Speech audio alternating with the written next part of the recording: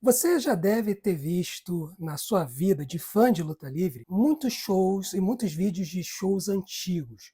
E talvez você conheça alguns lutadores que você vê na mídia hoje e que você acaba descobrindo que eram lutadores famosos no passado. E se tem uma coisa que todo mundo que tem um canal no YouTube faz, é lista. E a partir de hoje nós vamos trazer algumas listas que com certeza vão gerar polêmica. E a ideia é essa, justamente causar confusão, fazer com que vocês conversem, discutam sobre essas listas que, na verdade, são muitas vezes preferências pessoais daqueles que fazem o canal.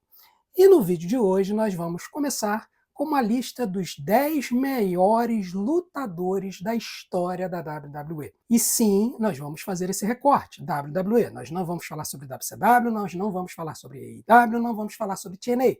Vamos falar sobre WWE porque a WWE é a liga que você consegue acessar o conteúdo facilmente no Netflix. Mas antes da gente começar com essa lista, não deixe de fazer todas aquelas coisinhas que todo mundo aqui no YouTube pede para que o seu canal alavanque. Então, inscreva-se no canal, ative o sininho para vocês terem as notificações de sempre que a gente colocar vídeos novos aqui no canal. Não deixe de curtir esse vídeo, compartilhar, comentar e o mais importante, assista o vídeo até o final, porque eu tenho certeza que quando chegar no final dessa lista, vocês vão ter alguém que vocês gostariam que estivesse nela. Beleza? Então vem comigo, porque agora nós vamos falar dos 10 maiores lutadores da história da WWE. Fala galera, tudo beleza? Meu nome é André e eu sou fã de luta livre há mais de 30 anos. E se tem uma coisa que eu posso dizer para vocês é que eu já vi muito show de luta livre ao longo desses anos. Principalmente a partir de 2002, quando a gente passou a conseguir baixar os vídeos da internet por meios meio escusos, mas era a forma como a gente tinha na época. Até 2014, quando eu me tornei assinante da WWE Network e tive acesso a toda a biblioteca de lutas e de shows do passado, a gente pôde acabar formando opinião sobre algumas questões, como quem foram os melhores lutadores, as melhores lutadoras, os melhores shows, as melhores lutas da história. E no vídeo de hoje eu quero compartilhar com vocês a minha opinião sobre quais foram os 10 maiores lutadores da história da WWE. Desde já, eu quero deixar claro que a gente vai se restringir à história desse lutador e o seu impacto na WWE, por conta de, como a gente tem comentado, de o acesso aos shows e às lutas ser facilitado. Vocês têm como alcançar facilmente essas lutas, esses shows que nós talvez comentemos aqui, e vocês vão poder tirar a prova por si mesmos, tá bom? Então a gente vai montar essa lista. É uma lista de 10 pessoas, mas eu quero deixar bem claro que é impossível, em 60 anos de WWE, a gente colocar apenas 10 como sendo os maiores lutadores da história. Então, desde já, eu quero deixar claro que nós vamos ter algumas menções honrosas, pessoas que teriam entrado nessa lista, mas que por algum motivo eu entendi que existiam 10 pessoas que tiveram um impacto maior na WWE do que eles. Por exemplo, uma pessoa que me corta o coração deixar fora da lista porque foi um dos meus lutadores favoritos na história é o Eddie Guerrero. O Eddie, ele foi um lutador que tinha uma personalidade efusiva muito impressionante, ele cativava o público, tinha um cabedal de luta impressionante, mas ele teve uma carreira curta na WWE. Ele entrou no ano de 2000, depois em 2001 ele teve que se afastar por conta de problemas com drogas, ele volta em 2002 e ele permanece até 2005. Ele chega a ser campeão de dupla, chega a ser campeão mundial, e em 2005, infelizmente, quando ele estava no auge da carreira, ele acabou falecendo por conta das consequências no seu corpo dos anos de consumo de drogas e álcool que ele teve na vida dele. Então, pelo fato de ele ter tido um tempo muito curto de WWE, a gente não pôde colocá-lo nessa lista. Uma outra pessoa que a gente também, e me corta muito o coração não colocar na lista, é o Edge. O Edge, na minha opinião, foi um dos maiores vilões da WWE, tendo lutado na WWE com frequência de 1997 até 2010, quando ele teve que ficar quase 11 anos fora da luta livre por conta de um problema no pescoço. Ele só volta à WWE em 2020, pouco antes da pandemia, no Royal Rumble, em um dos momentos mais espetaculares, de maior surpresa no Royal Rumble na história desse show. Mas o Edge, ele, apesar de ter sido um grande vilão, talvez um dos maiores vilões da história, ele lutou numa época em que ele concorreu muito com outros lutadores, incluindo um que eu também não vou incluir na lista e que eu tenho certeza que muita gente vai reclamar, que é o Randy Orton. O Orton ele começou a lutar na WWE no ano de 2002, ele é da mesma geração que o Dave Batista, e um dos lutadores que está incluso na lista dos 10 melhores, e ele luta de 2002 até com frequência até 2019, depois ele tem problemas de saúde, ele volta em 2020, sai de novo, volta em 2022. Atualmente ele ainda não está oficialmente aposentado, mas ele está parado, contundido, e apesar dessa longevidade e ele ter tido mais de 12 títulos mundiais, ele, na era que ele lutou, ele acabou sendo ofuscado por outro lutador. Então, por conta de a gente ter um parâmetro muito grande, um período muito grande para a gente fazer essa lista, a gente teve que deixar ele de fora. A gente também deixou lutadores que fizeram a carreira em duplas. Então, por exemplo, os Hardy Boys e os Dudley Boys, que foram duas duplas que marcaram a WWE no começo dos anos 2000 e que dominaram o cenário das duplas e que trouxeram uma nova dinâmica para as lutas de duplas da WWE, a gente também teve que deixar de fora. Então, esses lutadores são lutadores que, apesar de ter tido uma carreira longeva, terem tido muitos títulos, a gente entendeu que haviam outros lutadores que mereciam entrar no lugar nessa lista, ok? Então, vamos à lista. Em 10º lugar, nós temos um lutador que basicamente inaugurou a era da WWE e que fez a WWE começar a ser o que é hoje, que é o Bruno Sammartino. O Bruno Sammartino ele foi o lutador que derrotou o Nature Boy Buddy Rogers, o primeiro campeão da WWE, em 1963. A história ela conta que o Nature Boy era a pessoa que havia sido escolhida pelo Vincent J. McMahon para ser o campeão da WWF, assim que eles se separaram da NWA, mas ele tinha problemas de saúde, não pôde mais competir, então o Vincent ele decidiu migrar o título do Nature Boy Buddy Rogers para o Bruno Sammartino. E o Bruno Sammartino ele teve dois grandes períodos como campeão. Ele foi campeão de 1963 até 1971 e depois de 1973 até 1977. Então, ele, ao todo, ele teve 12 anos como campeão da WWF. E nesse período, ele lotava o Madison Square Garden, que era o ginásio em que era a base da WWF. Era o local onde eles mandavam os seus shows principais. Então, o Bruno Sammartino era uma sensação na região de Nova York e ele teve um alcance muito grande, principalmente por causa da sua descendência italiana. Então, é importante da gente colocar o Bruno Sammartino na lista porque ele foi o precursor de tudo isso que a gente tem hoje. E se não fosse o sucesso que ele teve à frente da WWF, talvez hoje ela ainda fosse uma liga regional ou tivesse caído no esquecimento, deixando que outras tivessem tomado seu lugar. Em 9º lugar, a gente vai colocar uma pessoa que algumas pessoas vão reclamar, mas não tem como a gente não colocar ele nessa lista, que é o Nature Boy Ric Flair. Vocês já devem estar falando, poxa, mas André, você falou que a lista ia considerar apenas o impacto dele na WWE. E o Ric Flair ele teve a maior parte da sua carreira ou na NWA ou na WCW, ligas concorrentes da WWF. Isso é verdade. Só que o Nature Boy Ric Flair ele teve dois períodos marcantes na WWF. O primeiro período foi no começo da década de 90, quando ele deixa a WCW numa confusão que ele arranjou com o promotor da WCW na época, o Jim Herd, era o presidente da WCW, e numa confusão de renovação de contrato, o Jim Herd ele queria mudar o personagem do Nature Boy, raspar o cabelo dele, fazer ele de gladiador, é uma confusão.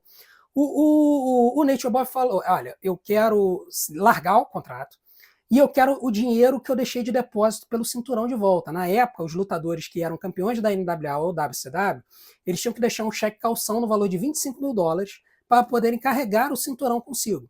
E aí o Nature Boy chegou e falou, olha, eu quero meu dinheiro de volta, eu estou devolvendo o cinturão para vocês, eu quero meu dinheiro de volta. O Jim Herd não pagou, e aí o Nature Boy ele vai para a WWF carregando o cinturão da WCW e dizendo que era o verdadeiro campeão mundial de luta livre. Gente, isso foi um escândalo, foi uma confusão danada. e isso gerou um furdúncio do caramba. A WWF, na verdade, ele foi em 91 para a WCW, para a WWF. E o cinturão que ele carregava tinha que receber uma tarja preta, porque a WCW ameaçou a WWF de processo. E quando chega em 1992 no Royal Rumble, o Nature Boy ele entra e ele vence o Royal Rumble, um Royal Rumble onde o título mundial estava em disputa. E ele derrota o Hulk Hogan, que era impensável na época. Na verdade, na luta, o Hulk Hogan ele elimina o Sid Justice, que também posteriormente será conhecido como Psycho Sid, ou Sid Vicious, e só que o Sid ele puxa o Hogan pelo braço, né? O Hogan ele tá ali nas pernas das cordas, o Sid puxa ele pelo braço, o Hogan segura, o Nature Boy vem por trás e joga o Hogan por cima da corda e se torna o novo campeão da WWF. E ele mantém o cinturão até o WrestleMania 8, quando ele luta contra o Macho Man Randy Savage, ele perde o cinturão no WrestleMania 8. Mas o importante é que depois disso, o Nature Boy ele ainda ganha novamente o título, até que no final de 92 ele finalmente perde o título para o Bret Hitman Hart.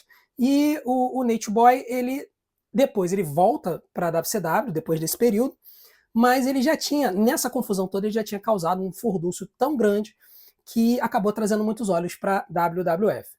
A contribuição do Nature Boy na segunda vinda dele já foi uma contribuição de um pouco de lutador e um pouco de persona na frente das câmeras. O Nature Boy ele volta para a WWE em 2002, onde ele alega ser o novo dono do Monday Night Raw, né? Tem uma confusão logo depois da história da invasão, que termina no final de 2001. E na virada do ano de 2001 para 2002, o Nature Boy aparece na WWF dizendo que era o proprietário do Monday Night Raw. Depois essa história ela vai se desenvolver, mas o fato é que ele começa como uma personalidade de câmera, como uma figura de autoridade, e aí depois o Nature Boy ele volta a lutar.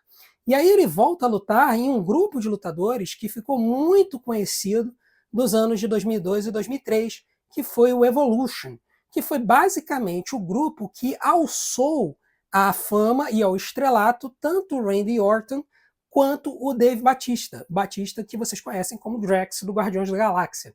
Então, esse grupo ele foi formado pelo Triple H, que era o líder, o Ric Flair, que era a cabeça pensante, o cara experiente, e os dois calouros, o Batista e o Randy Orton.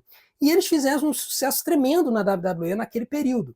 Então, a influência da Evolution à frente da WWE ali em 2003, 2004, até 2005, quando ela finalmente implode, ela iria direcionar os shows nessa época, e a influência do Nature Boy no crescimento do Randy Orton e do Batista é muito grande. Por isso que a gente tem que colocar ele no 9º lugar da lista dos maiores lutadores da história da WWF.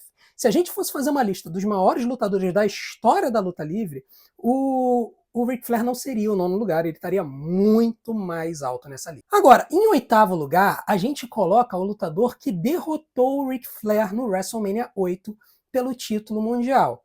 Um lutador que, quando ele surgiu na WWF, ele surgiu de uma forma completamente diferente. Ele tem como gerente, como agente, não um agente comum que havia na liga, mas a sua própria esposa, e ele consegue cativar os fãs por conta da sua amplitude de golpes e da sua personalidade cativante e marcante. E nós estamos falando, claro, do Macho Man Randy Savage. O Macho Man que ficou muito conhecido no Brasil na década de 80, na época da galera que assistia ao Campeonato Internacional de Luta Livre no SBT. Né? Era um show que era dublado, ele vinha de anos antes, era totalmente dublado e transmitido no Brasil. E era uma combinação de lutas de shows B e C nos Estados Unidos. Mas o Macho Man apareceu muito nesses shows. Então, por isso que ele acabou sendo muito conhecido da galera de mais de 40 anos de idade, como eu, que acompanhou a luta livre no SBT nessa época. O Macho Man, ele lutou na WWE. Ele entra por volta de 1984 na WWE e ele vai lutar na WWE até 1993.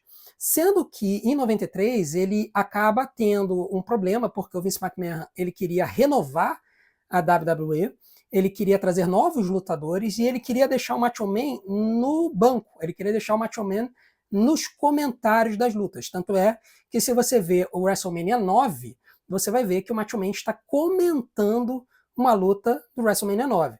Ele chega a voltar no WrestleMania 10, ele faz uma luta no WrestleMania 10, mas depois disso ele não renova o contrato e ele vai para a WCW. Tá? Então ele vai ficar na WWE de 1984 a 1994 e a influência dele na liga foi marcante. Assim, a sua personalidade efusiva cativou os fãs, ele fez muitos comerciais para a WWE, muitos comerciais da marca Slim Jim, ele ficou muito conhecido por isso, por esses comerciais, e ele foi múltiplas vezes campeão da WWF na época. Ele foi o primeiro título mundial que ele ganha foi no WrestleMania 4, um torneio que aconteceu no WrestleMania 4. Ele perde o título para o Hogan no WrestleMania 5.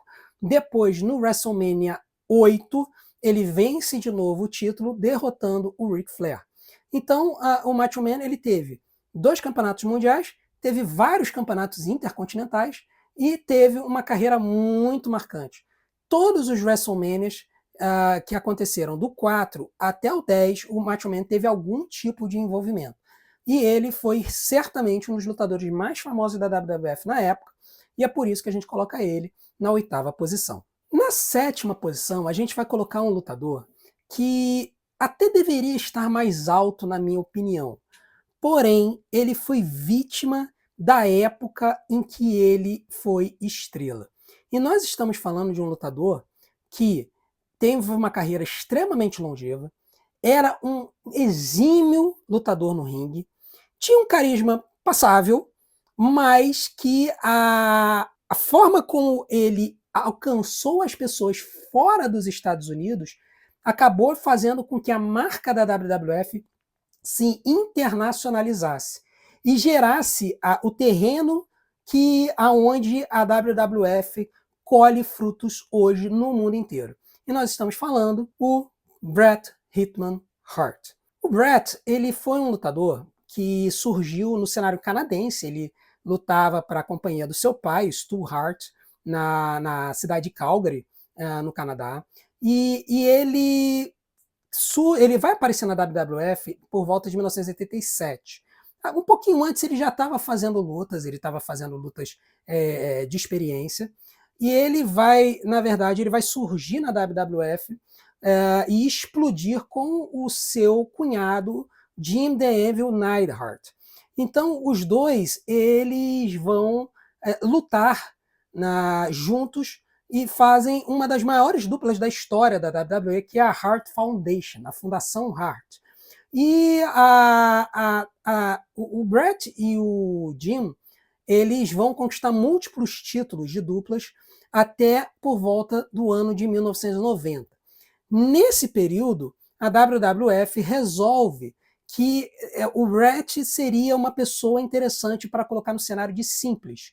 E aí o Bret ele migra para o cenário de simples e ele ganha o título intercontinental 2 vezes. Uma vez contra o Mr. Perfect e uma outra vez contra o Rowdy Roddy Piper no WrestleMania 7. São 2 lutas espetaculares. Vocês conseguem assistir essas lutas no YouTube facilmente. Tá? São 2 das melhores lutas que eu já vi do Bret lutando. E depois disso, o Bret ele teve uma carreira de simples que só foi ascendente.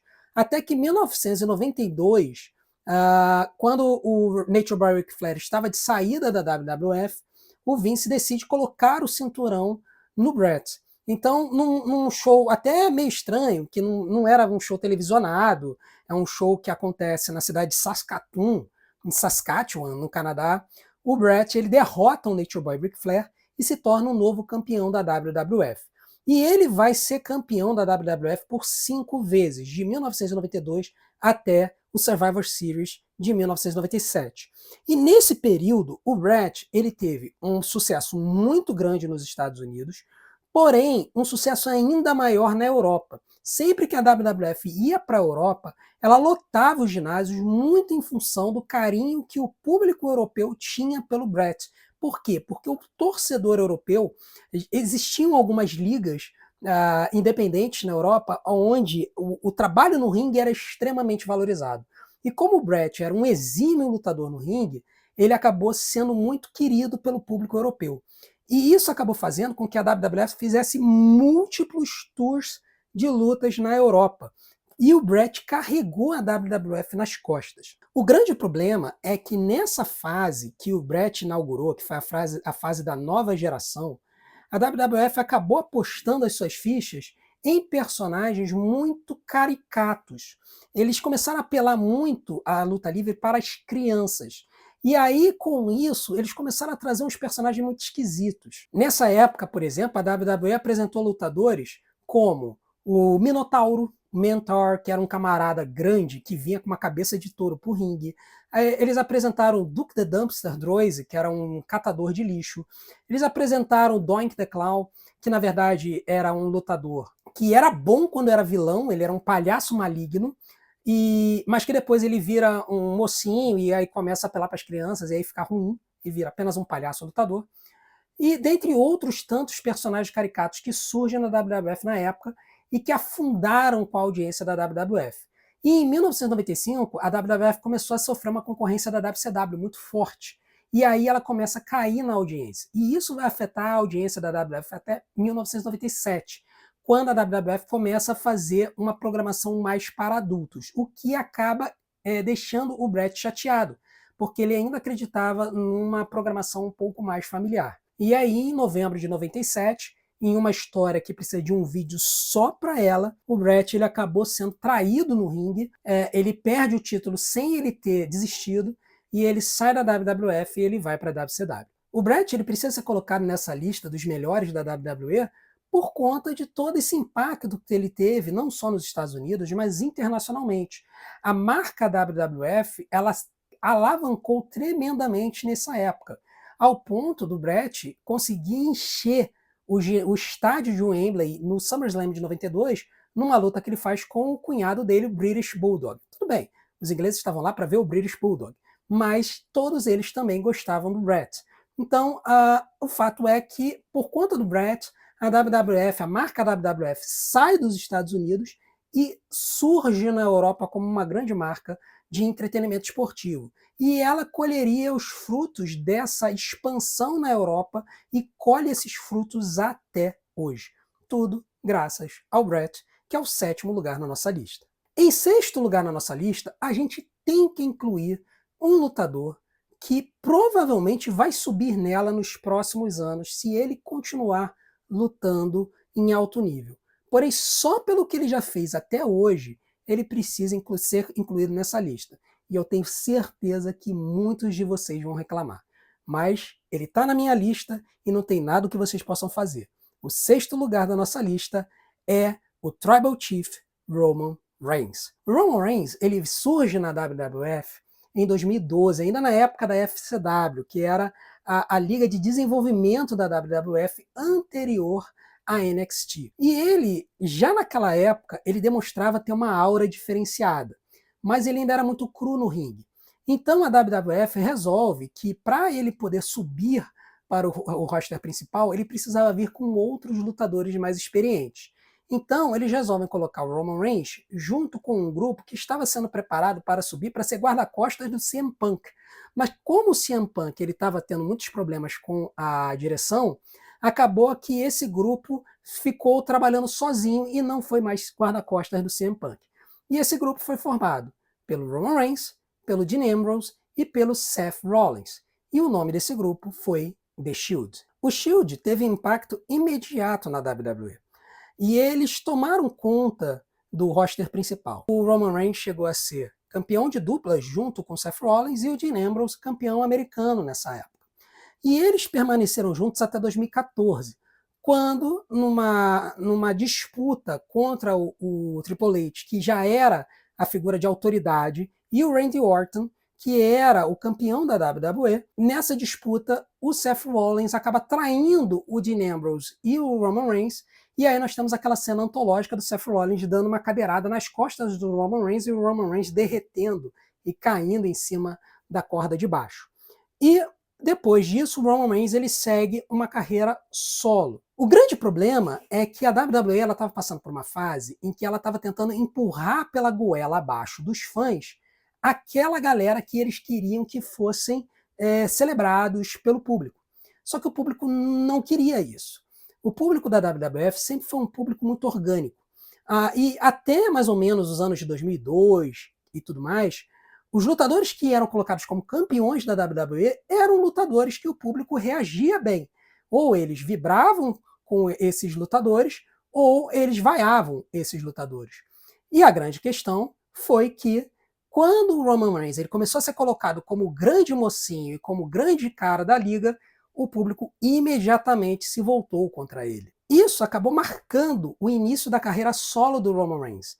Em diversos momentos, o Roman teve a oportunidade de ser campeão, mas ele acabava tomando uma volta e tudo mais.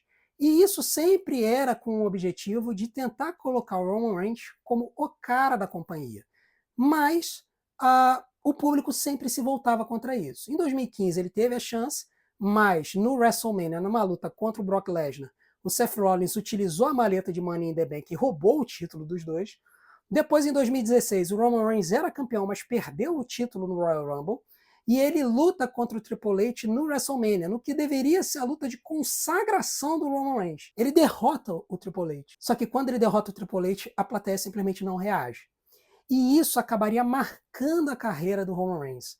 E essa carreira dele, a primeira metade da carreira dele, até 2020, acabou sendo marcada por inúmeras tentativas da WWE de colocar o Roman Reigns como o cara da companhia e o público simplesmente rejeitando ele, vaiando ele à torta e à direita. Nem mesmo quando o Roman Reigns ficou 4 meses longe por conta de uma leucemia que ele tinha, o público reagiu muito bem. No começo eles até vibraram com a volta dele, quando descobriram que ele tinha sido liberto da leucemia, mas depois imediatamente o público continuou a vaiá-lo. A grande virada na carreira do Roman Reigns foi a pandemia. Por conta do problema da leucemia dele, o Roman Reigns ele decidiu que ele não iria competir. A WWE deixou todo mundo muito à vontade para decidir se iria ou não iria lutar durante a pandemia, mesmo com todos os testes de Covid. E o Roman Reigns, por causa dos problemas de saúde dele, decidiu que ele não iria lutar. Então ele teve que entregar o título que ele tinha e ele ficou no banco por um tempo. Até que, no ano seguinte, ele retorna à WWE de surpresa durante a luta principal do SummerSlam. Só que quando ele volta, acontece uma surpresa. Ele ataca os mocinhos que estavam lutando. E com isso, marca uma virada na carreira do Roman Reigns, porque ele, pela primeira vez desde a época do Shield, ele se torna um vilão. Só que ele não é um vilão covarde ou nada do tipo. Ele é um vilão dominante. Ele é um vilão arrogante, que sabe que é bom e esfrega isso na cara dos outros. A partir daí se inicia a história da Bloodline, onde ele forma um grupo de lutadores ao redor dele, junto com os irmãos Uso e posteriormente com Solo Sikoa. E isso vai definir o legado do Roman Reigns dali para frente. A partir desse ano, a partir de 2021, o Roman Reigns ele começa a ser celebrado pelo seu personagem vilão. E o público, que deveria vaiá-lo, começa a vibrar com ele. E aí isso vai permanecer até 2023. 2023 ele acaba tendo um revés nessa história toda, porque todo mundo achava que ele iria perder para o Cody Rhodes em 2023 no WrestleMania, mas ele não perde. E aí se passa mais um ano até que em 2024 a conclusão da história e o Cody Rhodes derrota o Roman Reigns. E aí quando ele retorna posteriormente, o Roman Reigns ele volta com um mocinho e aí finalmente celebrado por todos os fãs da WWE. Então, por conta de toda essa história e de todo o trabalho que o Roman Reigns fez à frente da WWE como campeão, a gente tem que colocar ele na lista. E a melhor posição para ele na lista, na minha opinião, é o 6º lugar. Se ele continuar lutando no nível que ele tem lutado hoje e continuar com o impacto que ele tem tido na WWE, que a gente tem visto hoje, tenham certeza que ele vai subir nessa lista e ele não vai ser apenas o 6º lugar. Em 5º lugar está provavelmente o personagem mais marcante da história da WWE. um personagem que fez muito sucesso no Brasil na década de 90, quando a Manchete transmitiu a WWE em 1995. E ele teve uma das carreiras mais longevas da WWE e teve a sequência de vitórias mais icônica da história da luta livre. E nós estamos falando do Coveiro, como era chamado na época da Manchete, o Undertaker. O Undertaker, ele teve uma carreira muito interessante. Ele surge na WWF em 1990. Ele surge no Survivor Series como um lutador da equipe do Million Dollar Man, Ted DiBiase. E logo que ele surge, ele já causa impacto, porque ele era um lutador alto, forte, porém ele vinha com uma personagem como se ele fosse um morto-vivo. E assim, você pensa, nessa época de personagens caricatos, ele devia ser talvez o personagem mais caricato que existia. Quando batiam nele no ringue, ele levantava fazendo um abdominal, levantando só o tronco. O cara não reagia a determinados golpes. Não era para esse personagem ter feito sucesso de forma nenhuma. Só que o Mark Calaway, que é o intérprete do Undertaker, ele conseguia ter uma qualidade no ringue muito grande. E a aura e a mística gerada pelo personagem, chegando ao ponto de ele não dar entrevista e não fazer apresentação para a criança, porque ele queria manter o personagem dele, acabou fazendo com que o público adorasse o personagem. E o Undertaker, ele foi uma marca da WWF nos anos 90, até o ano de 1999, quando ele acaba sofrendo com alguns problemas de contusão. Ele fica fora da WWF praticamente o ano de 2000 inteiro. Mas quando ele volta em 2021, ele reinventa o personagem dele, para desespero dos fãs, que não gostaram nada disso. Mas ele volta como um motoqueiro, né? Ele volta como o American Badass. E aí ele vai lutar de 2000 até 2004, até 2003, com essa persona de um motoqueiro, porque se aproximava muito da persona do Mark Calaway. E em 2003 ele acaba perdendo uma luta de enterrado vivo, não me perguntem, é uma daquelas lutas com histórias totalmente bizarras. Um dia eu vou fazer um vídeo das lutas mais bizarras da WWE, e essa é uma delas. E a luta do enterrado vivo, ele perdeu para o Kane, e aí ele volta no WrestleMania de 2004, de novo com a música e com a vestimenta adaptada do coveiro, do Undertaker clássico que a gente conhece. E ele iria lutar na WWE constantemente ou de forma esporádica até o ano de 2020, quando ele faz a última luta realmente dele na WWE, uma luta filmada contra o AJ Styles no WrestleMania de 2020. Nesse período, o Undertaker ele teve um impacto tremendo na luta livre, não apenas pela sua personalidade no ringue, mas também pela sua liderança nos bastidores, no vestiário. Ele basicamente controlava o vestiário desde meados da década de 90 até quando ele se aposentou. E ele era um cara muito respeitado. Ele foi múltiplas vezes campeão mundial, múltiplas vezes campeão da WWE, e em 4 décadas, década de 90, década de 2000, 2010 e 2020, ele chegou a ter algum tipo de participação. E o mais importante, que marcou a carreira dele, foi a sua sequência de vitórias na WrestleMania, o streak, o famoso streak, aonde ele chegou a ter 21 lutas sem perder na WWE, até que no WrestleMania 30 ele acabou tendo a sua primeira derrota contra o Brock Lesnar. Então, o impacto do Undertaker é muito pelo personagem dele, pelo legado dele como lutador e pela sua longevidade, marcando toda uma geração de fãs de luta livre que olhavam para ele e se interessavam por aquele personagem maluco que assim, ninguém deveria acreditar ser verdadeiro. Em quarto lugar, nós temos um lutador que nem teve uma carreira tão longa assim na WWE, mas o impacto dele fora da WWE foi tão grande que ele acabou trazendo uma visibilidade muito grande para a liga e muitos seguidores e muitos patrocinadores também. E ele acabou tendo uma geração de fãs que até hoje vibram quando ele esporadicamente aparece na WWE. E nós estamos falando de um dos membros mais famosos da família Anoa'i, da mesma família do Roman Reigns. E o seu nome é The Rock. Sim, o Dwayne Johnson, que vocês estão acostumados a ver em Velozes e Furiosos e em outros vários filmes de ação em Hollywood. Sim, o The Rock foi um lutador de luta livre. Ele estreou na WWE no Survivor Series de 1996. E o nome dele originalmente era Rocky Maivia, uma homenagem ao avô dele, High Chief Peter Maivia, e ao pai dele, Soulman Rocky Johnson, o primeiro negro a ser campeão de duplas na WWE, em dupla com Tony Atlas na década de 80. O The Rock, quando ele surge como Rocky Maivia, ele surge como aquele mocinho que a WWE tenta empurrar como sendo o cara para os fãs. O que acontece? Todo mundo detesta o cara. Todo mundo começa a criticar o The Rock, começa a criticar o Rock Maivia, e chegam ao ponto de, em alguns shows, gritarem Die Rock Die, morra Rock, morra. E, gente, isso mexe com o Dwayne Johnson. E aí a WWE se convence de que eles precisavam mudar ele.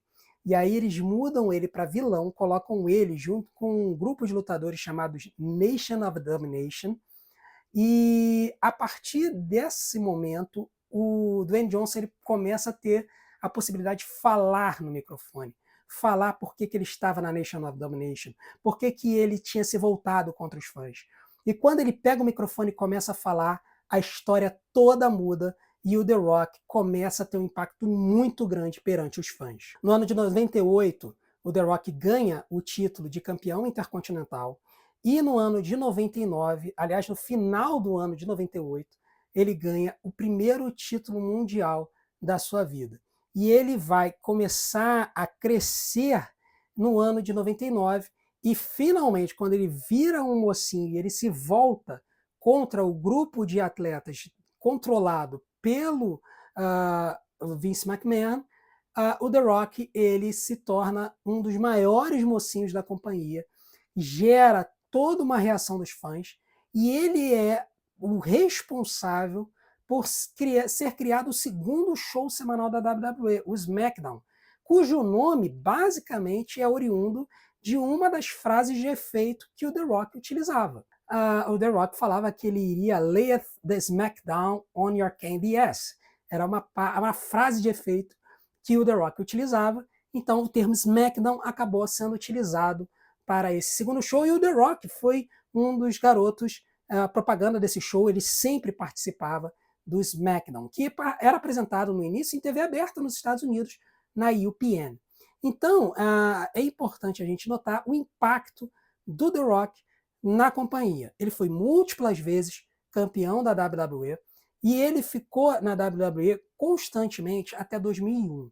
E aí, depois do WrestleMania 17, quando ele perde o título para o Stone Cold Steve Austin, o The Rock ele começa a ter participações em filmes de Hollywood. O primeiro filme dele foi o filme The Scorpion King. Ele foi uma sequência do filme A Múmia, né, A Múmia 2. Ele participa como o Rei Escorpião, depois ele faz o filme sozinho, The Scorpion King. Depois ele faz outros filmes de padrão menor e, posteriormente, ele vai começar a gradativamente explodir em Hollywood.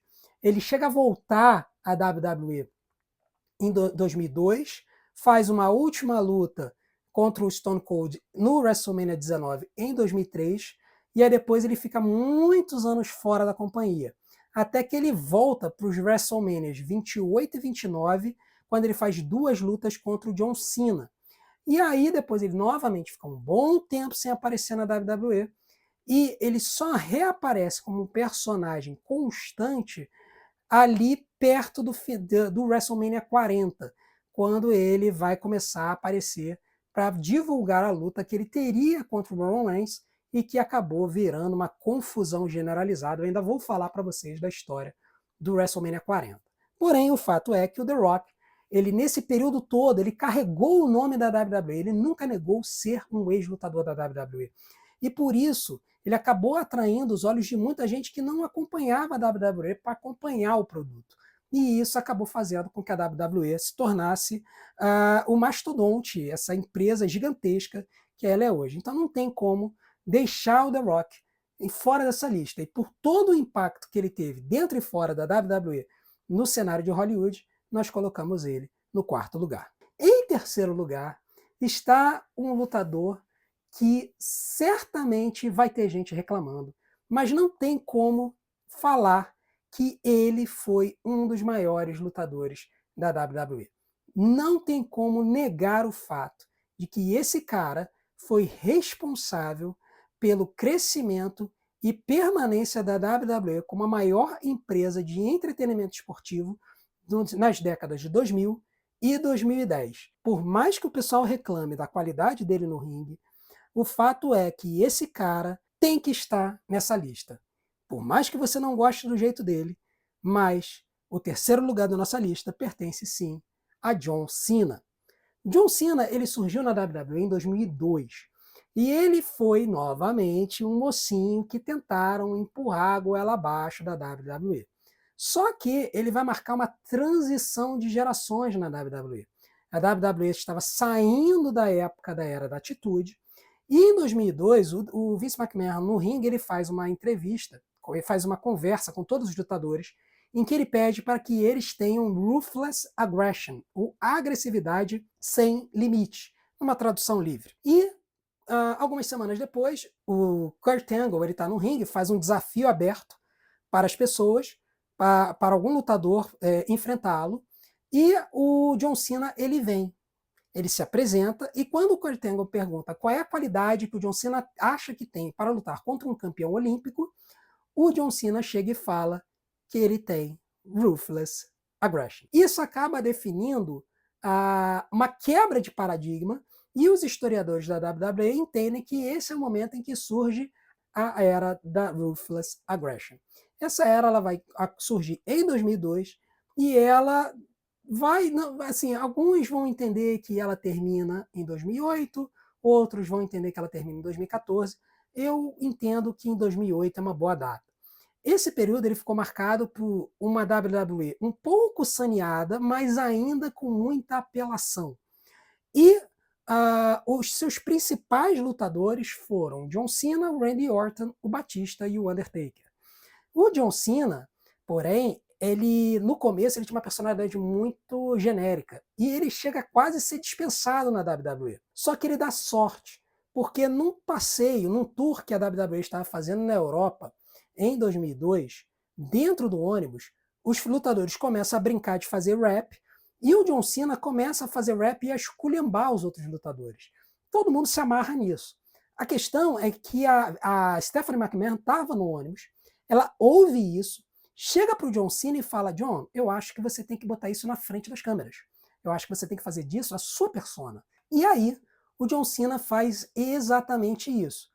Ele, num show que era do Halloween, ele aparece fantasiado de Vanilla Ice e ele começa a fazer um monte de rap ao vivo na televisão. Aquilo pega bem com os fãs e a partir dali surge o Doctor of Thuganomics, que foi o personagem que alavancou a carreira do John Cena e ele permanece com essa persona até por volta do ano de 2005, quando ele se torna campeão da WWE e aí ele tem que diminuir um pouco a bola desse personagem e surge o personagem que a gente viria a conhecer depois, que é o patriota, que presta continência para todo mundo, o Hustle, Loyalty and Respect. O John Cena ele ficaria no topo da WWE de 2005 até os meados da década de 2010, quando ele também começa a ter algumas oportunidades em Hollywood. Nem tanto como ator de filmes de ação como The Rock, mas às vezes numa comédia romântica, coisa do tipo. E ele não teve um afastamento como The Rock teve. Ele foi se afastando gradualmente da WWE.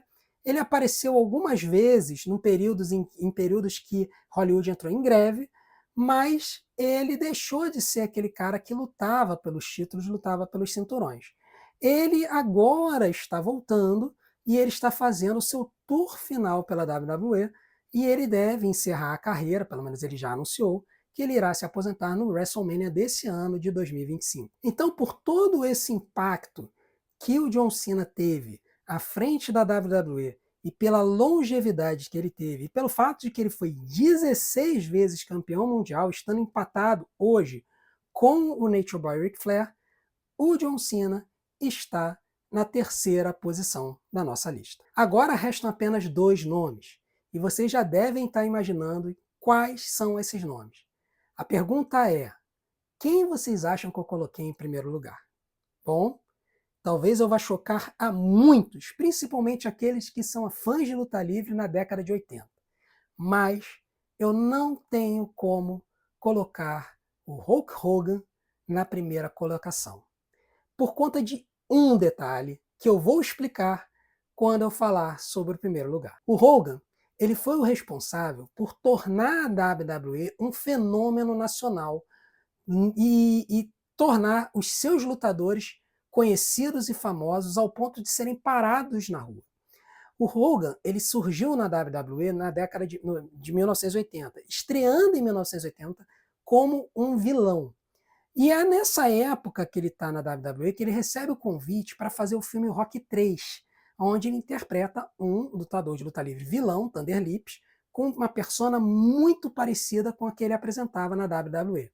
O problema é que o Vincent J. McMahon, que era o promotor e dono da WWE na época, disse que ele não queria o Hogan fazendo o filme, e que se ele fizesse o filme ele seria dispensado, porque para o Vincent, lutador de luta livre era lutador de luta livre, não era ator. O Hogan discorda disso, ele resolve fazer o filme e o Vincent acaba rescindindo o contrato do Hogan. O que o Vincent não contava é que o Hogan iria explodir de popularidade juntamente com o filme. O filme foi um mega sucesso. E o Hogan ele vai para a AWA, do Van Ganha, e aonde ele começa a se tornar o mocinho que a gente conhece.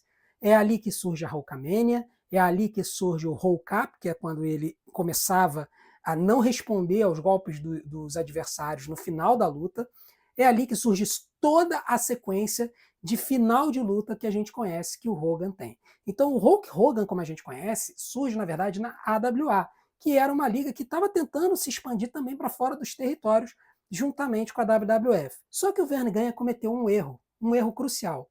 Ele não confiou na capacidade do Hogan de carregar a companhia nas costas. E por 2 oportunidades ele deu um cheiro de campeonato mundial para o Hogan. Só que nas 2 vezes ele tira o título do Hogan logo depois, para desespero da plateia, que se irrita profundamente com isso. E aí o que acontece é que quando o contrato do Hogan vai ser renovado, o Vince McMahon, filho do Vincent, percebe a fama que o Hogan tinha e ele entende que todo o sucesso que ele havia ganho com o filme traduziria bem para o projeto expansionista do Vince McMahon de ultrapassar as fronteiras dos territórios nos Estados Unidos e fazer com que a WWF fosse uma companhia de cunho nacional com base nas transmissões na USA Network, na TV a cabo nos Estados Unidos. Então ele basicamente chega para o Hogan e fala, olha, tá aqui o dinheiro, tá aqui as chaves da companhia, você vai ser o cara e você vai carregar a nossa companhia para os anos futuros. O Hogan aceita, deixa a AWA, vai para a WWF, se torna campeão mundial em 84 e passa a carregar a companhia nas costas pelos próximos anos. Ele vai ser campeão durante 3 anos seguidos, até que em 87 ele perde uma luta sob condições muito suspeitas, o título é suspenso, tem um torneio no WrestleMania 4 que o Macho Man ganha, depois ele começa a rivalizar com o Hulk Hogan, o Hogan vence de novo o título em 89, no WrestleMania 5, ele perde no WrestleMania 6 para o Ultimate Warrior e ganha de novo no WrestleMania 7 contra o Sergeant Slaughter. Então o Hogan, durante esse período, até 1990, ele está constantemente envolvido com o cenário do campeonato mundial. E o público reage muito bem a isso. Só que quando chega ali em 1993, quando a companhia já estava começando a mudar um pouco a visão e a migrar os lutadores, muito em função de um processo que estava acontecendo por conta de distribuição de esteroides entre os lutadores, o Hogan, que era usuário de esteroides, ele começa a ser deixado de lado pelo público, o público começa a vaiá-lo. E principalmente o fiasco que foi o main event do WrestleMania 9 faz com que o Hogan ele começa a ser criticado pelo público, mesmo sendo campeão. E depois disso, o Hogan ele acaba entregando o título e ele fala que ele vai fazer filme, ele vai para Hollywood, ele faz uma série chamada Thunder in Paradise e ele deixa a WWE. Ele volta para a WWE somente depois de muitos anos, quando a WWE compra a WCW. O Hogan, ele em 94, ele vai para a WCW, ele fica na WCW de 1994 até 2000. E é um dos grandes responsáveis por quase colocar a WWF à falência, porque ele deu um cartaz tão grande para a WCW que a WCW chegou a ganhar na audiência da WWF durante muito tempo. E a WWF entrou em crise profunda. Mas quando foi em 2001, a WWF ganha a disputa, o Hogan ele acaba tendo o contrato encerrado, e em 2002 ele volta para a WWF e ele luta com alguma constância ainda de 2002 a 2003. Depois disso ele vai para a TNA por um tempo, ele fica como lutador da TNA por um tempo, e depois, eventualmente, ele volta para a WWF para algumas aparições esporádicas. O fato é que o Hogan ele teve um impacto incomensurável para a WWF. E a gente tem aqui um joguinho de e se, né? Que se vocês já viram aquela série da Marvel, e se, ela vai falar sobre essa coisa. Se tivesse acontecido isso, isso e isso. Se existisse um multiverso, com certeza em algum lugar teria um mundo aonde a gente se perguntaria e se o Verne Gagne tivesse dado as chaves do reino da AWA para o Hogan. Eu tenho certeza que se isso tivesse acontecendo, o nome do nosso canal talvez não fosse WWF Luta Livre, talvez fosse AWA Luta Livre, porque o Hogan teria tido esse impacto na AWA e o Vince teria que ter achado alguma outra pessoa para ser o cara da companhia. E eu não sei se ele teria encontrado. O Hogan teve um impacto absurdo na WWF e foi o responsável direto por fazer a WWF se tornar o monstro de marketing que foi e que se tornou nas décadas de 80 e 90. Porém, eu não pude colocá-lo como primeiro lugar da nossa lista, por dois motivos. O primeiro foi que o alcance do Hogan foi apenas nacional. E em segundo lugar, por conta de todas as controvérsias nas quais ele se envolveu nos últimos anos, que acabaram destruindo a imagem dele, e hoje ele praticamente é um pária na luta livre. Ele se envolveu com questões de racismo, divulgação de fitas de sexo, e agora, recentemente, com seu apoio ao Partido Republicano nas eleições americanas, acabou fazendo com que boa parte dos fãs da luta livre simplesmente rejeitem ele como um lutador, como um grande personagem da luta livre nos Estados Unidos. Então, por conta disso, por conta dessa questão presente, é que a gente tem que decidir, tem que tirar o Hogan da posição de primeiro lugar dessa lista. Então, se o Hogan é o número 2 na nossa lista, quem é o número 1? Só podia ser ele, Stone Cold Steve Austin. Ah, poxa, mas André, a carreira dele foi baixa, foi pouco tempo que ele teve de carreira na WWE. É verdade, mas o impacto que o Austin teve foi algo que alavancou a WWE. Do padrão que ela estava, tirou ela praticamente da falência e tornou a WWE nesse monstro que ela é nos dias de hoje. O Austin ele chegou na WWE em 1996. Ele veio da ECW. E ele foi uma história que assim, é impressionante. Ele, na verdade, ele lutava na WCW, ele estava surgindo, crescendo na WCW, mas ele estava na WCW numa época em que o Hogan veio da WWF para a WCW. E ali o Austin ele percebeu que ele não teria a chance de se tornar o cara da WCW por conta da vinda do Hogan e da utilização de outros lutadores. O Macho Man também havia vindo.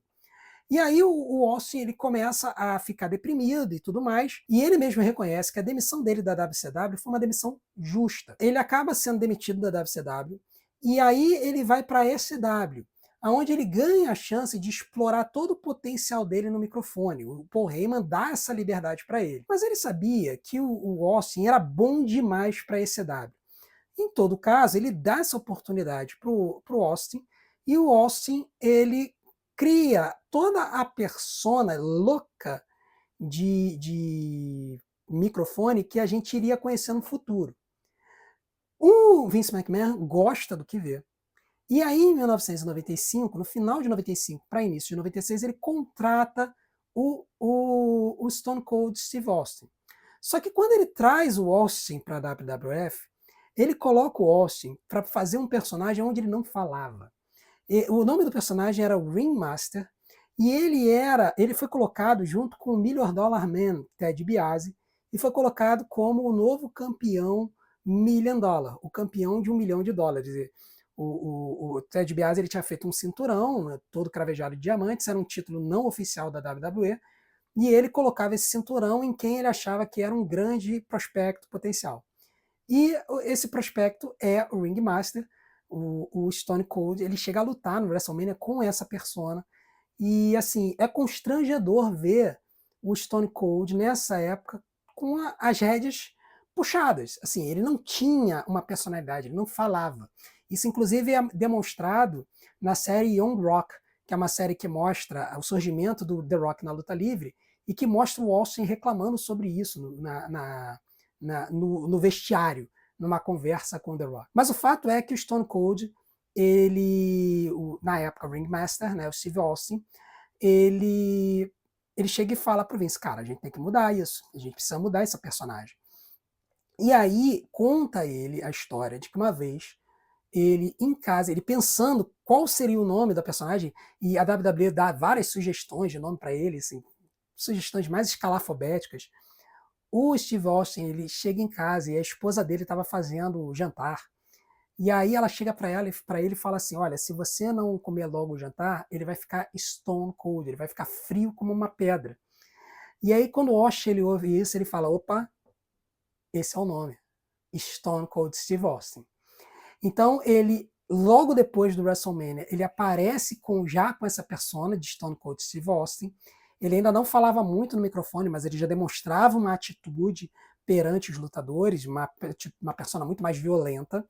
E aí, no King of the Ring de 96, ele vence o King of the Ring contra o Jake the Snake Roberts, que na época fazia um personagem cristão e que falava sobre versículos e textos bíblicos e tudo mais. E aí, nesse torneio, o Stone Cold vence o Jake the Snake Roberts. E quando ele vai dar uma entrevista depois, que ele vence o título, ele faz uma promo, uma apresentação assim antológica, uma entrevista antológica, em que ele chega e fala sobre o Jake the Snake. Ele fala assim, olha, você, Jake, cita aí os seus salmos, cita aí o seu João 3,16, Austin 3,16 diz que eu acabei de chutar o seu traseiro. E esse termo, Austin 3,16, se torna uma marca do Stone Cold. Vende, já na semana seguinte já tem inúmeras camisas Austin 3,16. Até hoje, se você for numa loja oficial da WWE, você vai ver essa camisa sendo vendida Austin 3,16. E aí depois ele ainda encerra, ele não sabia como encerrar a entrevista, mas geralmente quando você encerra uma entrevista, você tem que ter uma frase de efeito. E o Stone Cold ele chega e fala... e esse é o fim da linha, porque o Stone Cold assim disse. And that's the bottom line, because Stone Cold said so. E essas duas frases, Austin 316 e That's the bottom line, marcaram o Stone Cold. A personalidade dele, ele falando no microfone, se torna algo assim absurdo de popular. E ele se torna um anti-herói, um vilão que todo mundo gostava, principalmente porque ele era um vilão que ia contra o chefe, o Vince McMahon.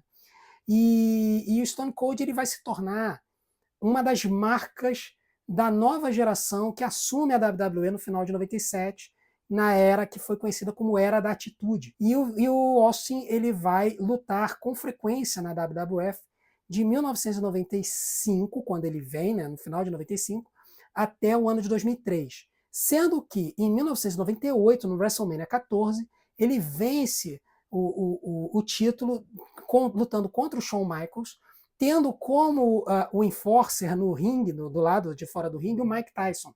E essa luta que envolveu o Mike Tyson, ela teve um cartaz enorme nos Estados Unidos e na mídia nos Estados Unidos. E todo mundo se ligou nessa luta. E a partir dali, o Austin ele fez fama e começou a divulgar a WWE nas televisões, nas rádios e tudo. E ele se tornou o cara da companhia, apesar de ser, deveria ser um vilão. E o Austin ele foi o responsável por tirar a WWE da lama, porque quando a WWE não tinha ele no topo, ela ainda lutava contra a WCW na audiência. Mas a partir do momento que o Austin ele se torna o campeão em 98 e a era da atitude explode na WWE, a WWE começa a derrotar a WCW na audiência. Ela ainda disputa um pouquinho, em alguns dias, tal, até que em 1999 a WWE finalmente derrota a WCW de vez, ela decola em matéria de audiência, de promoção, de merchandising, ela abre o capital dela em 99 e ela se torna o mastodonte que ela é hoje. E tudo isso só foi possível porque a WWE ela saiu da lama da audiência e a pessoa que foi a mola propulsora desse ressurgimento da WWE foi o Stone Cold Steve Austin. Muito bem, gente, essa é a nossa lista. Tenho certeza que tem alguns nomes que vocês gostariam que estivessem nela. Se você tem algum nome que você acha que deveria estar na nossa lista dos 10 maiores lutadores da história da WWE, não deixe de colocar o nome aqui nos comentários. Eu tenho um nome agora que eu estou percebendo que eu não coloquei nem nessa lista e nem na lista da menção honrosa, e eu tenho certeza que pelo menos 9 entre 10 comentários que vão surgir nesse vídeo vão citar esse nome. E desde já eu quero dizer que, para mim, daqui a alguns anos, ele vai estar nessa lista, por conta de tudo que ele tem feito pela WWE hoje. E tem um outro nome do passado da WWE que vocês devem estar se perguntando por que eu não incluí. Eu aposto com vocês. Se vocês adivinharem quais são esses 2 nomes que eu estou pensando neste momento, no próximo vídeo que eu fizer na próxima lista, que vai ser das 10 maiores lutadoras da história da WWE, eu vou citar o nome de vocês. Não deixem de comentar aqui que nome que vocês acham que eu deixei de fora na nossa lista dos 10 maiores lutadores da história e por que você acha que ele deveria estar. Compartilhe suas listas também. Vai ser muito importante para nós, para a gente gerar essa comunidade e esse debate aqui no nosso canal. E se você quiser ver uma playlist de todos os vídeos que nós fizemos até agora no nosso canal, não deixe de ver aqui do nosso lado, nesse cantinho aqui da nossa tela. E faça tudo aquilo que a gente pede para que vocês façam. Se inscreva no canal, ativa o sininho, curte, compartilha, comenta, faz tudo isso e vamos ajudar o nosso canal a crescer. Muito obrigado pela audiência de vocês, um grande abraço, até a próxima.